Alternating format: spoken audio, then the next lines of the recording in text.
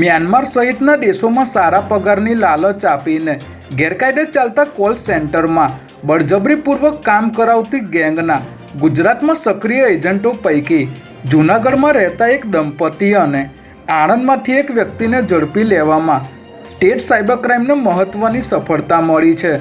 પ્રાથમિક તપાસમાં ખુલાસો થયો હતો કે જૂનાગઢમાં રહેતી મહિલા પાકિસ્તાની એજન્ટો સાથે સીધી રીતે કામ કરતી હતી અને તેણે દુબઈ, મ્યાનમાર અને વિયેતનામ સહિતના દેશોમાં અનેક યુવકોને મોકલીને ફસાવ્યા હતા। ત્યારે પોલીસે સોનલ ફળદુ, તેના પતિ સંજય તેમજ આણંદના શૈલેષ ડાભીની ધરપકડ કરી આગળની કાર્યવાહી હાથ ધરી છે।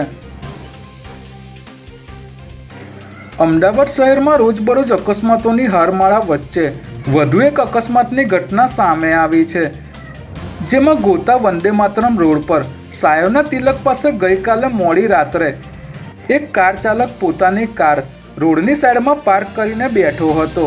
તે દરમિયાન પૂરપાટ ઝડપે આવેલી પોલીસની 112 જનરક્ષક ગાડીએ આ કારને પાછળથી જોરદાર ટક્કર મારી હતી, જેના કારણે કાર 10 ફૂટ દૂર જતી રહી હતી।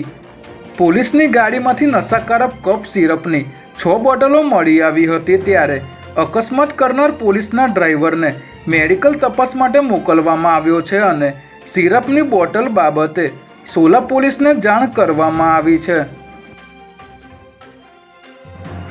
સરદાર વલ્લભભાઈ પટેલની 150મી જન્મજયંતિની ઉજવણીને લઈને વિશેષ કાર્યક્રમોનું આયોજન કરવામાં આવી રહ્યું છે। ત્યારે એકતા અને સામાજિક જાગૃતિના સંદેશ સાથે વિવિધ પ્રવૃત્તિઓના ભાગરૂપે અમદાવાદમાં આજે 16મી નવેમ્બરથી તમામ વિધાનસભામાં દરરોજ યુનિટી માર્ચનું આયોજન કરવામાં આવશે, જેને પગલે આજે અમદાવાદના વિરાટનગર વોર્ડ ખાતે ગુજરાત ભાજપ પ્રદેશ પ્રમુખ જગદીશ વિશ્વકર્મા અને મંત્રી જીતુ વાઘાણીએ યાત્રાનો પ્રારંભ કરાવ્યો હતો, જેમાં સરદાર પટેલનો ટેબલો અને 600 મીટર લાંબો રાષ્ટ્રધ્વજ આકર્ષણનું કેન્દ્ર બન્યા હતા।